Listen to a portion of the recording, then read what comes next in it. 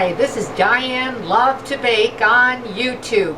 And what we're going to make are actually coconut waffles. I have to tell you, I put on a waffle video yesterday.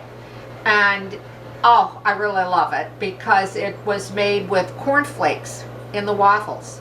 So if you don't like this coconut waffle recipe, please check out my cornflake waffle recipe. So let's begin. I'm going to first give you all the ingredients because I no longer put them below the video, and I'll explain in a little bit. But you will need 2 cups of all-purpose flour for this recipe. You'll need 2 1/4 teaspoons of baking powder, and that was 2 1/4 teaspoons of baking powder, 1/2 teaspoon of salt. You're going to need 3 eggs at room temperature. You're going to separate them, in other words, the yolks from the whites. 2 1/2 cups of milk, also at room temperature. 2 1/2 tablespoons of your favorite maple syrup. 1/4 cup of either melted cooled butter or whatever type of oil that you prefer. That was 1/4 cup. And 2/3 cup of your coconut, whether you're going to use unsweetened or the sweetened dry coconut. That's going to, be up to you, as well as your syrup. If you want to use a sugar-free syrup, or a lower calorie maple syrup, or pure maple syrup. It's really going to be up to you on that, so you can, change it up. What you're going to do, though, is that you'll want to sift your flour. Those 2 cups of flour, you'll want to sift them. And while you're doing that, you might as well sift your 2 1/4 teaspoons of baking powder. I'm not doing it to show because of the video. And the 1/2 teaspoon of salt in the sifted flour. Once you have, your sifter out, or however you sift your dry ingredients. And that's what I have on my wax paper. I also have the 3 egg yolks separated that I'm going to put in my mixing bowl. Now, you do want to beat these very well. You want them fluffy, you want them pale yellow in color. So you'll either use your hand mixer, or I like my stand-up for my videos because I believe it's faster and easier for me. You could use a hand whisk, but that's up to you, whatever time and work that you want to put into this recipe. So I'm just going to beat these for a few seconds. Of course, I would beat them for a minute or 2, but I'm going to move it along. I want to warn you about the sound of the mixer.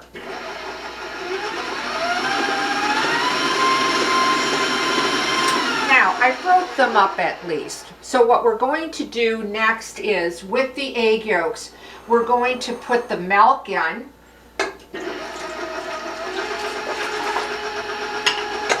Okay. And this is when you're going to really want to beat them, okay? On medium-high, that kind of thing. And then go ahead and put your maple syrup in that.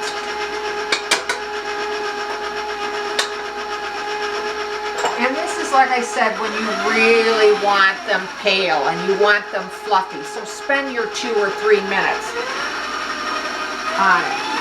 It will be well worth it. Now I'm going to raise the speed just to, help it along a little bit.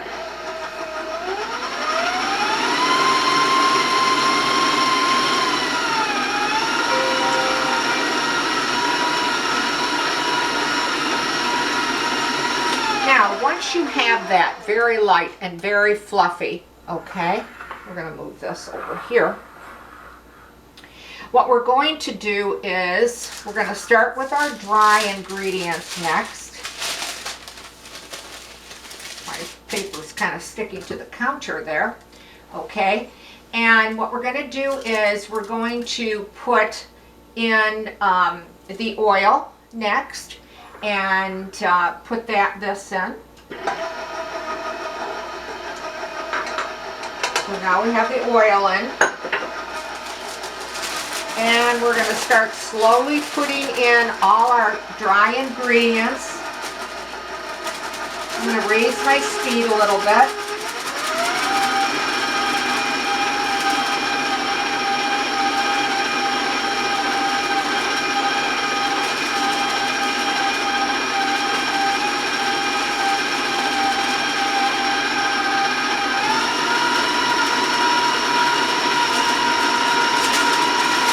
Have that all in.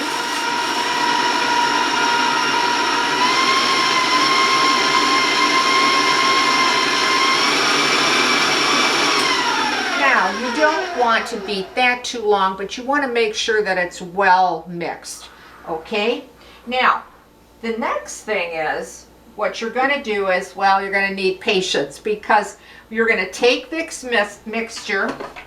I'm going to take out my paddle here, and you'll want to set it aside for at least an hour. Okay, this is only the hard part of this recipe. Now I'm just making sure that everything was mixed with my spatula. Okay, and that's what it looks like so far. Okay, but let it sit for an hour. Now, just about when that hour is up, in this bowl, I went ahead for time purposes and I took the 3 egg whites. I'm going to put my whisk back in because I want to just go over them a couple seconds. You want to beat them till they're really nice and fluffy, just like I'll show you again in a second here.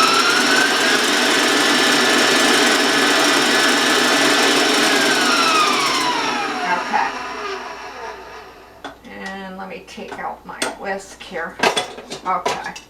And then I don't know if you can see though how nice and fluffy and light they are. Okay. Now, again, you're not going to do this till after the hour is passed, and then you're going to take your nice fluffy egg whites and your coconut and you're going to fold them into your batter, which has been sitting for 1 hour. So I'm going to go ahead, for the sake of the video, I'm just going to put those and lower them in without trying to move them too much, because you want that air. You want to keep that because it keeps these fluffy. And then I'm just going to fold in also my coconut into the batter. And just fold it. Try to keep the air in it, meaning, you want to mix it well and you want to fold it and lightly stir it, but you want to keep that air in. Okay? So I'm going to try to show you that if I can with the camera. Okay? So just, fold it in, but try not to. You want those egg whites to stay nice and fluffy, okay? And again, I did not wait the hour due to the video, and I hope I explained that. Okay, I have some batter that I've made ahead of time that did sit for an hour and whatever in this bowl, okay? And I want to bring over my waffle maker here. It's been preheated, and we're going to quickly just plug that in. And I went ahead and I sprayed my little maker here, okay? And you know what? I was going to say maybe you could try both. Do one of the pre and not, okay? And then just put that in your maker. This is about 2/3 of a cup, a little bit more than I put in. You always want enough, but you don't want to overload them. Okay, and then I'm going to put that down. and let's push this out of the way, okay? And just to show you how beautiful, I don't know if you can see though, how fluffy and how light they are. Now, one of the reasons I'm sorry I don't have the recipe on anymore, because so many people take my work, claim it as theirs, move it to different sites and post and pin and whatever, and it's not worth it anymore. And I'm certainly not alone on that.